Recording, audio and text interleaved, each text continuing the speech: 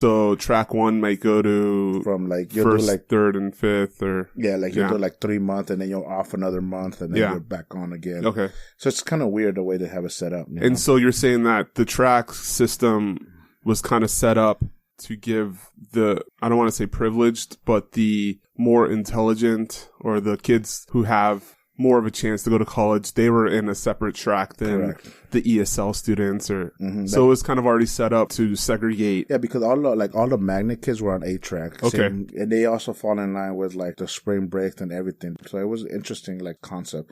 And half the time we didn't see him. We only got to talk to him maybe for like a month. Okay. Before we had to change out. Interesting. Okay. And so I changed track because I knew that I needed to finish English. I had failed English a couple of times. Yeah. But I knew if I went to B track, I would have a better chance because their English was not as strong. So they would have to grade them on a different scale. Okay. And so I went over there. Sure enough, I didn't even have to try to pass English at all in B track. Versus when I was in C track, I actually would have to like put in a lot more effort. Mm-hmm. And so I was like, at that time, I was just looking for a way to just get to the Marine Corps at this point, I'm already working hard. I've been trying to like figure out how to lose weight and everything. And then sure enough, I lost all the weight, but I went down to like, 205 by the time I shipped out to boot camp from like, 280 to 205. So, yeah. And then after that, I just said, you know what? So like I did it. And without my mom even knowing that I even changed track, as far as she knew that they thought that it was a different program, I decided to tell my mom, fine, like, yo, I'm going to the Marine Corps, and like within from one day to another, and she's like, wait, what? and it wasn't for my recruiter to kind of just like he helped me along the whole way through, and that's the reason why I have a different relationship with my recruiter versus everyone else's recruiter. Yeah, because I knew that he didn't have to help me. Yeah, he didn't have to get up at 4:30 in the morning to go running with me. Yeah, but he pushed me all the way to the end. Yeah, to finally I was able to ship out, get through boot camp and everything. So, and then sure enough, it's interesting because I graduated June 2001. I was already in MEPS and everything. I was sore in, everything's done. Sure enough, I wake up to 9/11. I was like, oh shit. Wait, were you already in? Mm-hmm. I was just waiting for a ship date. So, okay, so you hadn't shipped yet. So I had been in exactly a year when that happened. What is it like? Because I have this, I don't want to say it's a question, but I've always wondered if I had the opportunity to postpone a year, right, and wait till wartime, because I was in a time of peace. I always wonder, would I have gone through with it? I think the answer is yes, but, I'll never know.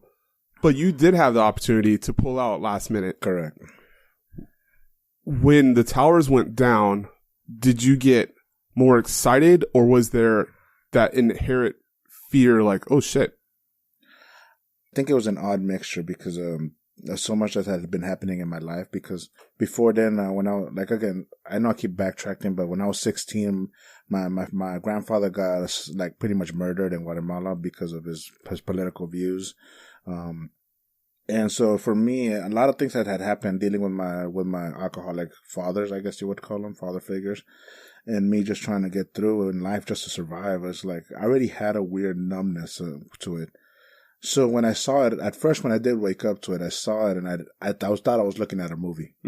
Because the first one, I didn't see it, like I didn't see the first one hit. I woke up to just the first one already on fire.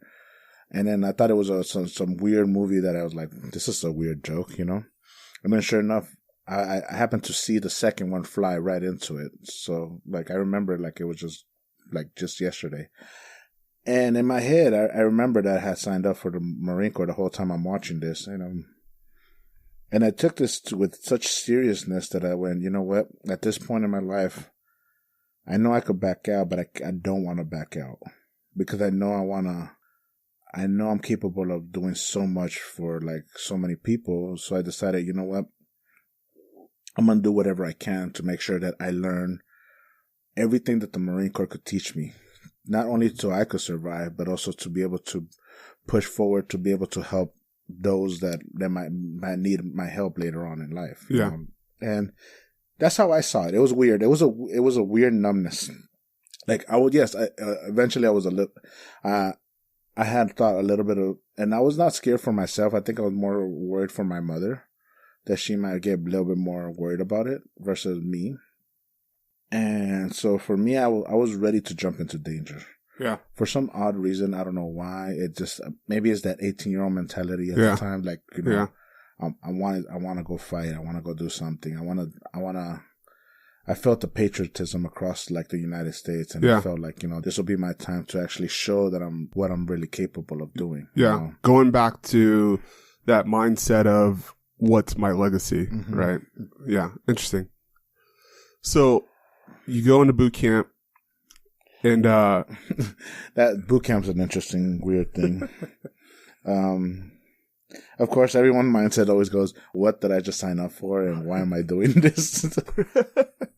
And it's interesting because I usually don't like sharing this story because it's a weird concept, because it's a mixture of two things. I ended up catching pneumonia in boot camp, but it was so bad that I ended up falling from like halfway up the rope when I was trying to climb it because I was so weak. And my body would not, like, I couldn't even run, like, it's how bad I was. I remember waking, I thought it was normal. I thought it was me just going through, like, the recruit crud, you know. Yep. And so I got held back a month in boot camp. And talk about the most depressing, like, unit you could ever be part of is that waiting to get back into circulation. Yeah. It was brutal. It hurt. It's like the most depressing time I think I've ever had to go through in my life. But I kept trying to tell myself, I need to get myself out of this. I've worked too hard not to like stop now. I'm halfway through training. I just need to push through, you know. So it was a crazy time, you know.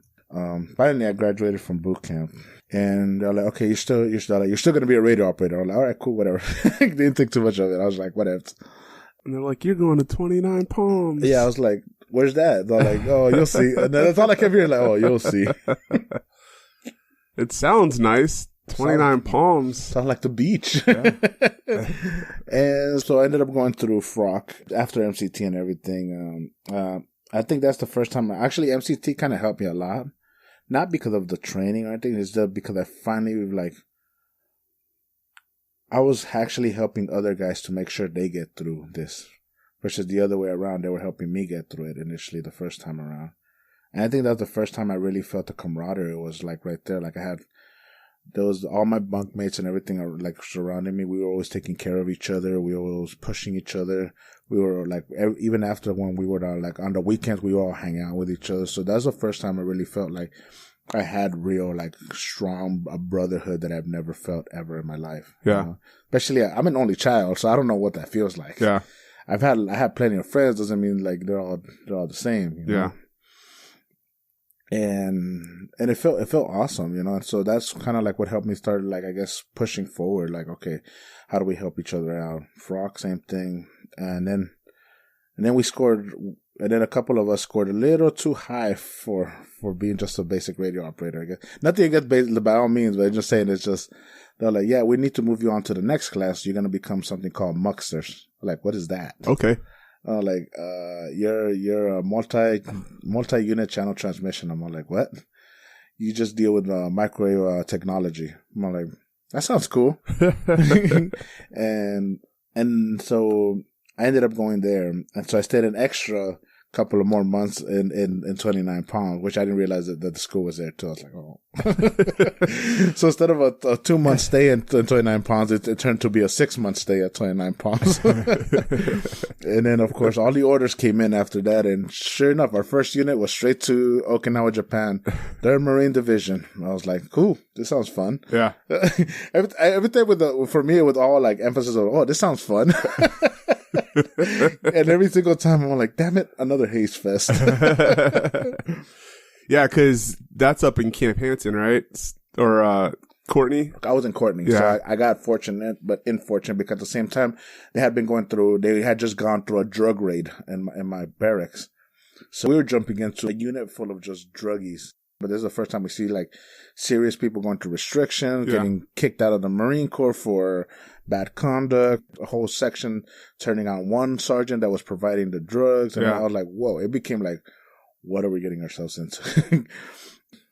So you went in as a radio operator. And then I went to Mux, which is a whole different, like, pretty much you can't freaking hump this gear. Yeah. Everything's on a vehicle. So now I'm just like, for me, what I realized what I was getting myself, like, what I already had signed up for, I was like, oh, shoot, I'm not going to get to go to any of these units. Yeah. So I became almost like a 2-year Lance after that, which is so weird. So was that because of the MOS itself, or was that because you were just a 2-year shipbag? No, the cutting score was so freaking high. Oh.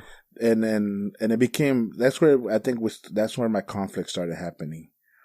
So the good thing is I was in a unit full, like when I went to Okinawa, it was just a unit full of just my same MOS. Halfway into it, I was already into my like year and a half of being a Lance Corporal. Cause I had because of ROTC, I already had Lance Corporal from comm school. Gotcha. You know? Once I got into Okinawa, like, all right, cool. Well, I'm with a bunch of other people that were like 2-year Lances. So it became like a norm almost. I think our cutting score was up in the 2,500 or something, 2,300. Like, it was ridiculously high up there. Yeah. And it was like nobody was getting promoted in our MOS. But at the same time, I'm still new, so I didn't really think too much of it. Now it wasn't until they brought in satellite operators into our platoon that it became a conflict. Because their cutting score was like at 900. You could pretty much throw a rock in any direction and pick up. Gotcha. At this time, I had already been 8 months already into the job and everything, and I was pretty proficient at it, and we just kept getting shit duties constantly. Yeah. You know? Yeah. And then, so now we have these brand new corporals. These guys came in, and then all of a sudden, within like a month, they picked up corporal. But because we don't have a lot of their technology in our shop because it was still a brand new like MOS. Yeah. They pick up corporal, and they're forcing them to be this weird, authoritative, and I would say this like Nazi corporals. Okay. We're looking at these guys like, what the hell? Like most of our shop had more time and grade than like these guys ever had in the whole corps, you know? Yeah. And that's the first time I started my first conflict with like another Marine was because this guy was like, we're pulling out some stuff, and he came out and just yelled one of these other Marines to get his stuff done. But because we were just kind of trying to make the atmosphere a lot better, and he started yelling and he started kicking everything around, and I just got tired. I got sick and tired of his shit, and I'm just like, what are you doing? And I stood up. Remember, I still have this chip on my shoulder from just growing up as well. And I'm like, who do you think you are? Just because you pick up corporal, whoop-de-whoop. And we started just arguing. And we started arguing in the middle of the shop. My boy saw that I had picked up like a piece of metal from our antenna gear. And it's a really thick metal rod that was still holding on. Yeah. My boy, like, Boogie, he comes from behind me. He's just like, yep, let me take that away from me. He just grabs it before. He already knew the mindset I was going to go with this. And the fact that you had a buddy named Boogie is awesome by itself. Yeah, freaking Alfred Wilson. He's freaking awesome. He could sing his ass off. Anyways, I digress. And he freaking and we're arguing, and one of the sergeants from there, he was a country ass sergeant from like North Carolina, and he goes like, Guevara, get out there, blah, blah, blah. And then he's all like, why are you disrespecting my corporal? Look, Sergeant, in all reality, they're like, these guys don't deserve the respect that you want to push on them. Just because they have a rank doesn't mean they've earned that rank, you know? And then we go back and forth, and like, in a good minute, and he kind of realized where I was coming from because he had that same mentality. And he kind of just like, he tried to break it down. Look, it's unfair for these guys that they picked up because of the simple fact that they don't have the same training that you guys have.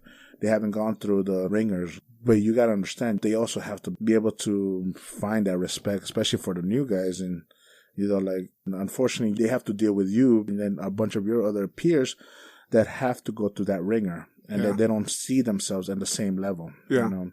So where did you learn your leadership traits from? Like, was it seeing guys get promoted faster and what not to do? Or was it, did you have like just phenomenal leaders in front of you? Because there's two leaders that come out of the Marine Corps, right? Mm-hmm. You have the do as I say, not as I do. And then you have individuals like yourself who just lead from example and from the front. Yeah. So, you know, seeing, because we all know cutting scores at that level, even at the staff NCO level, you're like, how did this happen, right? Mm-hmm. But you're saying you're surrounded by this at this point. Your MOS, and I have a ton of 2,800 friends, ton of them, right? Yeah. So I remember that year, especially when they did the merge, the MOS merge, that you're sitting there like,